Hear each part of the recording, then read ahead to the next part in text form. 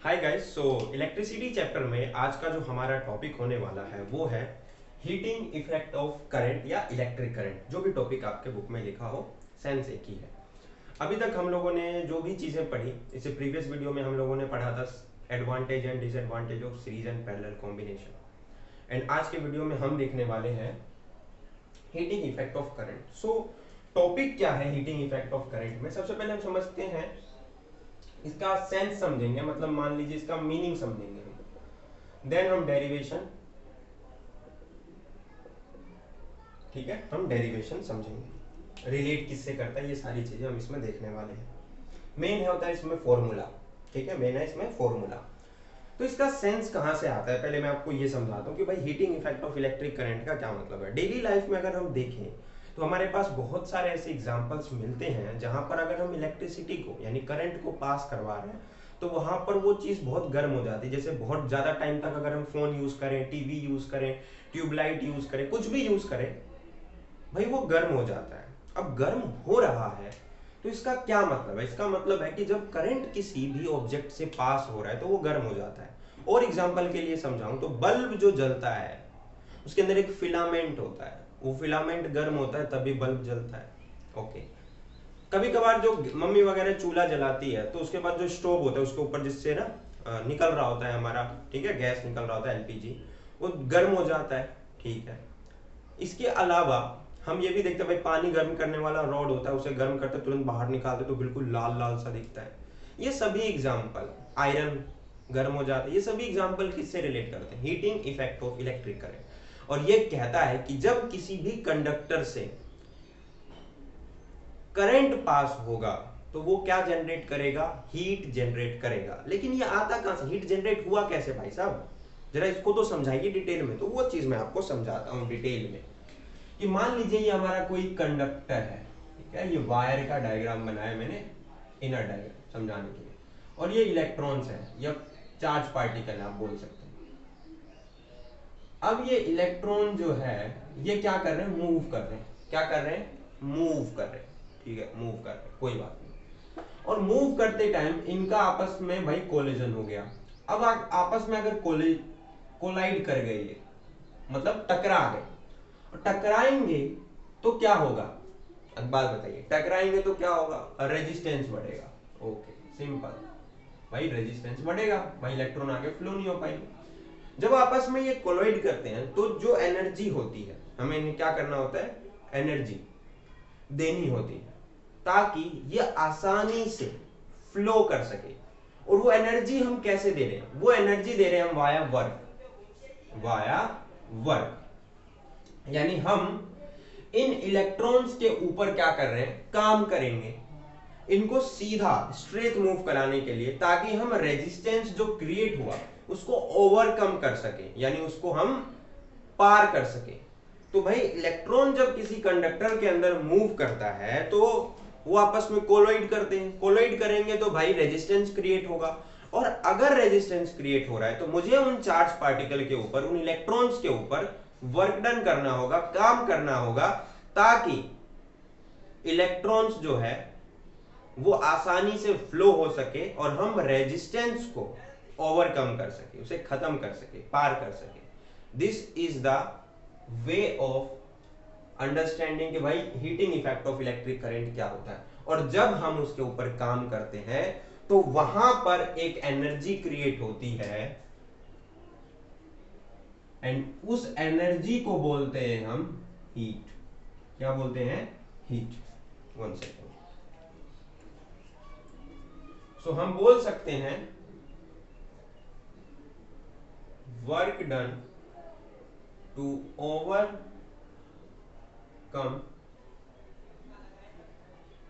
resistance of a conductor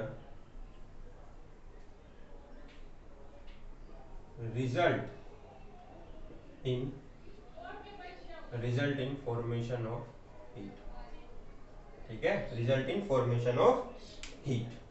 यानी जब हम भाई काम करते हैं रेजिस्टेंस को ओवरकम करने के लिए किसी कंडक्टर के अंदर, तो उसका जो रिजल्ट आता है वो क्या आता है? हीट। एंड आप सभी को पता है ये हीट क्या है? हीट भी एक तरह की एनर्जी ही होती है, हीट भी एक तरह की एनर्जी होती है। ओके, तो ये आपको समझ में आ गया भाई मतलब क्या है इस heating effect of electric current का, ये कैसे बनता है, कैसे आता है, ये सारी चीजें क्लियर हो गई। Now the next one is derivation, और जो बहुत इंपॉर्टेंट है आपके लिए, ठीक है। तो भाई ये चीजें हो गई, हमें हीट कैसे अपीयर होता है ये भी हमें पता चल गया, है ना। नाउ द डेरिवेशन, डेरिवेशन समझते हैं कि भाई हमारे पास ये एक सर्किट डायग्राम है, ये बैटरी है, और ये हमने कोई एक कंडक्टर, इसमें ये ऐसे कुछ ऑब्जेक्ट हमने बना दिया। ओके, ये V वोल्टेज हो गया, ठीक है। अब मैं कहता हूँ ये दो पॉइंट है ए बी, क्या है, ये दो पॉइंट है ए बी। मुझे ये बताइए जो करंट होता है, करंट का फॉर्मूला क्या होता है, I is equals to Q by T. भाई I का फॉर्मूला, करंट का फॉर्मूला क्या होता है, charge per unit time. Q का मतलब है चार्ज, T का मतलब है टाइम, एंड I का मतलब है करंट। तो current is equals to charge per unit time. अगर मैं यहाँ से चार्ज कैलकुलेट करूँ, क्या कैलकुलेट करूँ, चार्ज, तो चार्ज किसके बराबर हो जाएगा, I इंटू टी। भाई I इंटू टी का मतलब क्या हो गया कि एक सेकंड के अंदर कितना करंट गया भाई, 2 एम्पियर 3 एम्पियर जो भी करंट जा रहा है, तो एक सेकंड के लिए इतना करंट पास हो गया, जो भी है। ये हमारा क्या निकल के आ गया, चार्ज का फॉर्मूला निकल के आ गया। इसमें हमें ज्यादा कुछ भी चर्चा नहीं करना, बस बात खत्म। अब V का फॉर्मूला क्या होता है, V इज इक्वल्स टू होता है W बाई क्यू। भाई कितना काम किया जा रहा है पर यूनिट चार्ज पे। अगर मैं यहां से Q की वैल्यू निकालूं, चलिए यहां से Q की वैल्यू रहने दीजिए, मैं यहां से अगर W की वैल्यू निकालूं तो W इज इक्वल्स टू क्या हो जाएगा, VQ, इक्वेशन 1 इक्वेशन 2।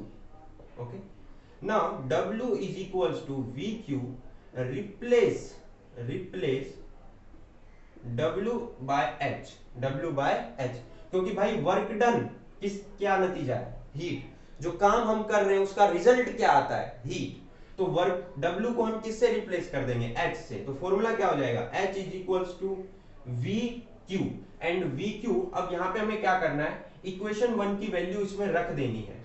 अगर मैं इक्वेशन 1 की वैल्यू इसमें रख दूंगा तो Q की वैल्यू क्या हो जाएगी, IT। तो ये फॉर्मूला क्या हो जाएगा, H is equals to VIT। Formula क्या हो जाएगा, चलिए मैं ना VQ रहने देता हूं, H इज इक्वल्स टू क्या हो जाएगा, VIT। ये क्या आया, इसमें हमने क्या किया, put Q is equals to IT from equation 1, ठीक है, ये इक्वेशन 1 से रिलेट कर, ठीक। V is equals to IT हो गया। अब ओम्स लॉ के अकॉर्डिंग एक तो फॉर्मूला हमारे पास ये निकल के आ गया, याद रखना पहला फॉर्मूला। अगर मैं इस V को रिप्लेस कर दूं, V is equals to according to Ohm's law, V is equals to क्या होता है, IR। तो मैं ये वैल्यू अगर इसमें रख दूं, ये वैल्यू मैं इसमें रख दूं, ये वैल्यू इसमें रख दूं, तो फॉर्मूला हो जाएगा V is equals to I square, क्योंकि यहां पर भी I है और यहां भी I है, I into I square R, और बच गया T। तो दूसरा फॉर्मूला निकल के आ गया H is equals to I square RT। अब यहां से ध्यान से देखो, अगर मैं I is equals to V by R रख दूं इसी वाले फॉर्मूले में, तो एक और फॉर्मूला निकल के आ जाएगा H is equals to V square by R square into R into T, और इस R ने इस एक R को कैंसिल कर दिया, तो मैं फॉर्मूला लिख सकता हूं H is equals to V square R by R into T। तो ये हमारा थर्ड फॉर्मूला निकल के आ गया, H is equals to V square T by R। तो ये टोटल 3 फॉर्मूले हुए। मैंने आपको डेरिवेशन समझाया, थोड़ा कॉम्प्लिकेटेड होता है तो इसलिए मैंने एक एक करके कहां से हमने क्या चीजें ली वो मैंने डायग्रामेटिकली आपको बताना उचित समझा। तो ये हो गया आपका heating effect of electric current, और इसमें कोई खास बात थी नहीं जो था वो था समझना कि भाई ये जनरेट कैसे हो रहा है, ये वर्क डन को हम हीट से कैसे रिलेट कर पा रहे हैं, ये जनरेट कैसे हो रहा है, फॉर्मूला कैसे ड्राइव हो रहा है, ये सारी चीजें इंपॉर्टेंट थी और वो मैंने आपको बताया। आई होप आपको समझ में आया हो, क्रिस्टल एंड क्लियर आपके लिए चीजें हैं। नाउ अब चैनल को सब्सक्राइब करो, वीडियो को लाइक करो, and don't forget to comment. मिलते हैं नेक्स्ट वीडियो में पावर वाले टॉपिक के साथ।